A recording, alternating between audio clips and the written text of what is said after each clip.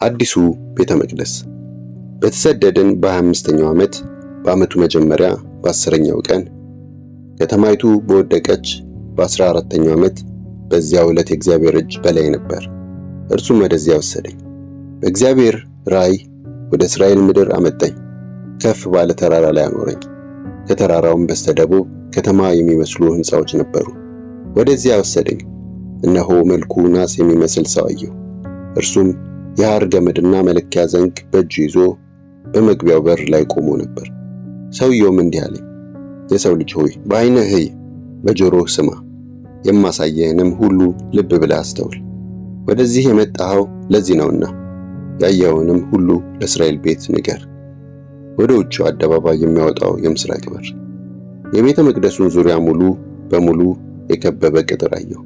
በሰውየውም እጅ ርዝመቱ 6 ክንድ የሆነ መለኪያ ዘንግ አየሁ። እያንዳንዱ ክንድ 1 ክንድ ከስንዝር ነበር። እርሱም ቅጥሩን ለካው። ስፋቱ 1 መለኪያ ዘንግ ሲሆን ቁመቱም እንዲሁ 1 መለኪያ ዘንግ ነበር። ከዚያም በምስራቅ ትይዩ ወዳለው በር መጣ። ደረጃዎቹን ወጥቶ የበሩን መግቢያ መድረክ ለካ።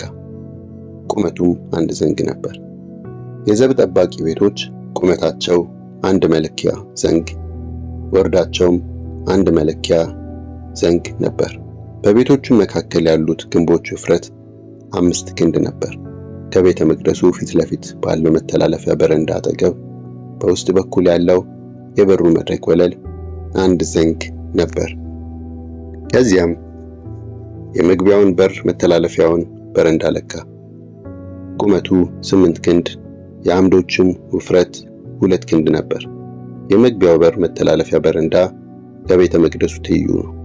በምስራቁ በር ግራና ቀኝ መጠናቸው እኩል የሆነ 3 የዘብ ቤቶች ነበሩ።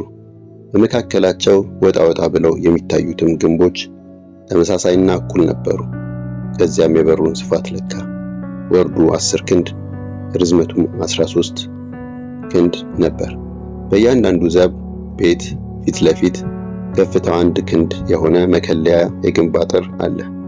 የዘብ ቤቶቹም ስፋት እኩል በኩል 6 ክንድ ነበር። ከዚያም ከዘብ ቤቱ የኋላ ግድግዳ ጀምሮ እስከ ሌላው ጫፍ ድረስ ያለውን የመግቢያ በር ለካ። አንዱ መከለያ ግድግዳ እስከ ሌላው መከለያ ግድግዳ ያለው ርቀት 25 ክንድ ነበር።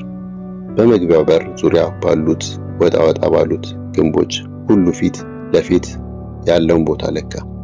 60 ክንድም ነበር። የተለካውም ከአደባባዩ ፊት ለፊት እስካለው መተላለፊያ በረንዳ ድረስ ነበር። ከበሩ መግቢያ እስከ መተላለፊያ በረንዳው መጨረሻ ድረስ ያለው ርቀት 50 ክንድ ነበር።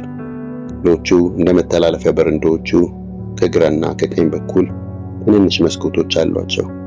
በዙሪያው ያሉ መስኮቶች በመግቢያው በር ፊት ለፊት የነበሩ ሲሆን በእያንዳንዱ ክፍል ግራና ቀኝ ግድግዳ ላይ ደግሞ የዘንባባ ዛፍ ተቀርጾበታል።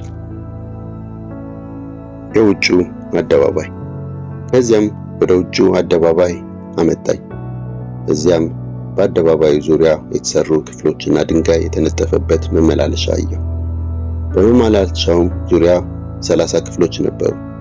የታችኛው ንጣፍ ወለል ከመግቢያው በር ጋር ተያይዞ የተሰራ ሲሆን ስፋቱ እንደ በሮቹ ርዝመት መጠን ነበር። ከዚያም ከታችኛው መግቢያ በር ፊት ጀምሮ እስከ ውስጠኛው አደባባይ ፊት ድረስ ያለውን ርቀት ለካ። በምስራቅም ሆነ በሰሜን በኩል ያለው ርቀት 100 ክንድ ነበር።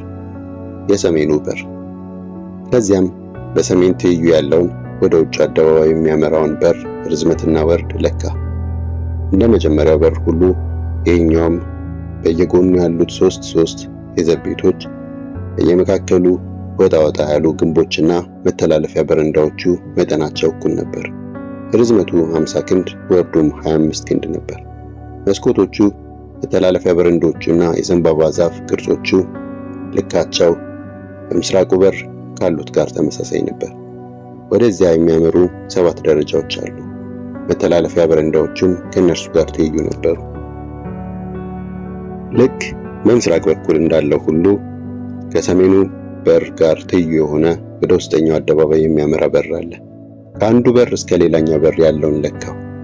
ይህም 100 ክንድ ነበር። የደቡቡ በር ከዚያም ወደ ደቡብ አቅጣጫ መራኝ። እዚያም ፊቱን ወደ ደቡብ ያደረገ በር አየሁ። እርሱም የውስጠኛውን ግድግዳና መተላለፊያ በረንዳውን ለካ። የእነዚህም መጠን እንደ ሌሎች በሮች ነበር። የመግቢያው በርና መተላለፊያ በረንዳው እንደ ሌሎቹ ሁሉ በዙሪያው ጠባብ መስኮቶች ነበሩት። ርዝመቱ 50 ክንድ ወርዱም 25 ክንድ ነበር። ከመተላለፊያ በረንዳው ትይዩ የሆኑ 7 ደረጃዎች ወደ መግቢያው በር ያመራሉ። ወጣ ወጣ ብለው በሚታዩ ግድግዳዎችም ላይ የዘንባባ ቅርጽ አለ። ውስጠኛው አደባባይ ደግሞ ከደቡብ ጋር ትይዩ የሆነ በር አለው። እርሱም ከዚህ በር አንስቶ በደቡብ አቅጣጫ እስካለው እስከ ውጨኛው በር ድረስ ለካው። ይህም 100 ክንድ ሆነ። ወደ ውስጠኛው አደባባይ የሚያስገቡ በሮች። ከዚያም በደቡብ በር በኩል ወደ ውስጠኛው አደባባይ አመጣኝ። የደቡቡንም በር ለካው። መጠኑም እንደ ሌሎቹ በሮች ነበር። የዘብ ቤቶቹ በየመካከሉ ወጣ ወጣ ያሉት ግንቦችና መተላለፊያ በረንዳዎቹ መጠናቸው ከሌሎቹ ጋር ተመሳሳይ ነበር። መግቢያው በር እና መተላለፊያ በረንዳዎቹ በዙሪያቸው መስኮቶች ነበሯቸው። ርዝመቱ 50 ክንድ ወርዱም 25 ክንድ ነበር። በውስጠኛው አደባባይ ዙሪያ ያሉት የመግቢያው በር መተላለፊያ በረንዳዎቹ ርዝመት 25 ክንድ ሲሆን ወርዳቸው ደግሞ 5 ክንድ ነበር። መተላለፊያ በረንዳው ከውጭው አደባባይ ጋር ትይዩ ነው። የዘንባባ ዛፎች በአምዶቹ ላይ ተቀርጸዋል። እስከ መግቢያው ድረስም 8 ደረጃዎች ነበሩት። ከዚያም በምስራቅ በኩል ወደ ውስጠኛው አደባባይ አመጣኝ። መግቢያ በሩንም ለካው። መጠኑም ከሌሎቹ ጋር ተመሳሳይ ነበር። የዘብ ቤቶቹ ወጣ ወጣ ያሉት ግንቦችና መተላለፊያ በረንዳዎቹ መጠናቸው ከሌሎቹ ጋር ተመሳሳይ ነበር። መግቢያው በርና መተላለፊያ በረንዳው ዙሪያውን መስኮቶች ነበሩት። የዚህም ርዝመቱ 50 ክንድ ወርዱም 25 ክንድ ነበር። መተላለፊያ በረንዳው ከውጭ አደባባይ ትይዩ ነው። በአምዶቹ ላይ የዘንባባ ዛፍ ተቀርጿል። እስከ መግቢያ ድረስም 8 ደረጃዎች ነበሩት። ከዚያም ወደ ሰሜን በር አመጣኝ። ለካውም። መጠኑም ከሌሎች ጋር ተመሳሳይ ነበር። የዘብ ቤቶቹ ወጣ ወጣ ያሉት ግንቦችና መተላለፊያ በረንዳው መጠናቸው ከሌሎቹ ጋር ተመሳሳይ ነበር። በዙሪያውም መስኮቶች ነበሩት። የዚህም ርዝመቱ 50 ክንድ ወርዱም 25 ክንድ ነበር። መተላለፊያ በረንዳው ከውጭ አደባባይ ትይዩ ነው። በአምዶችም ላይ የዘንባባ ዛፍ ተቀርጿል። እስከ መግቢያው ድረስም 8 ደረጃዎች ነበሩት። መስዋዕት የሚዘጋጅባቸው ክፍሎች። በእያንዳንዱ የውስጥ መግቢያ በር መተላለፊያ በረንዳ አጠገብ የሚቃጠል መስዋዕት የሚታጠብበት በር ያለው ክፍል አለ። በመግቢያው በር ላይ ባለው መተላለፊያ በረንዳው ስር በግራና በቀኝ የሚቃጠል መስዋዕት፣ የኃጢአትና የበደል መስዋዕት የሚታረዱበት ሁለት ጠረጴዛዎች አሉ። ከመግቢያው በር ላይ ባለው መተላለፊያ በረንዳ በስተውጭው ግንብ ወደ ሰሜን በር መግቢያ ላይ ባሉት ደረጃዎች አጠገብ ከግራና ከቀኝ ሁለት ጠረጴዛዎች ይገኛሉ። ስለዚህ በአንዱ በር በኩል 4 በሌላውም በኩል 4 ጠረጴዛዎች መስዋዕቱ የሚታረድባቸው በድምሩ 8 ጠረጴዛዎች አሉ ማለት ነው። ለሚቃጠለው መስዋዕት መገልገያ የሆኑ ከተጠረበ ድንጋይ የተሰሩ 4 ጠረጴዛዎች ነበሩ። የእያንዳንዳቸው ርዝመት ወርድና ቁመት 1 ክንድ ተኩል ነበር። በእነዚህም ላይ ለሚቃጠል መስዋዕትና ለሌላውም መስዋዕት ማረጃ የሚሆኑ መሳሪያዎች ይቀመጡባቸው ነበር። እንዲሁም አንዳንድ ስንዝር የሚሆኑ 2 ጣት ያላቸው ሜንጦዎች በግንቡ ዙሪያ ተንጠልጥለው ነበር። ጠረጴዛዎቹም የመስዋዕቱ ሥጋ ማስቀመጫ ነበሩ። ለካህናት የተመደቡ ክፍሎች። በውስጠኛው አደባባይ ከውስጠኛው በር ውጭ 2 ክፍሎች ነበሩ። አንዱ በደቡብ ትይዩ በሰሜን በር በኩል ሲሆን ሌላው በሰሜን ትይዩ በደቡብ በር በኩል ነበር። እርሱም እንዲህ አለኝ፣ በደቡብ ትይዩ ያለው ክፍል በቤተ መቅደስ ውስጥ ለሚያገለግሉ ካህናት ሲሆን በሰሜን ትይዩ ያለው ክፍል ደግሞ በመሠዊያው ላይ ለሚያገለግሉ ካህናት ነው። እነዚህም የሳዶቅ ልጆች ሲሆኑ በእግዚአብሔር ፊት ቀርበው ማገልገል የሚችሉ ሌዋውያን እነርሱ ብቻ ናቸው። ከዚያም አደባባዩን ለካው። ርዝመቱ 100 ክንድ ወርዱ 100 ክንድ እኩል በኩል ባለ 4 ማዕዘን ነበር። መሠዊያውም በቤተ መቅደሱ ፊት ለፊት ነበር። ቤተ መቅደሱ። ወደ ቤተ መቅደሱም መተላለፊያ በረንዳ አመጣኝ።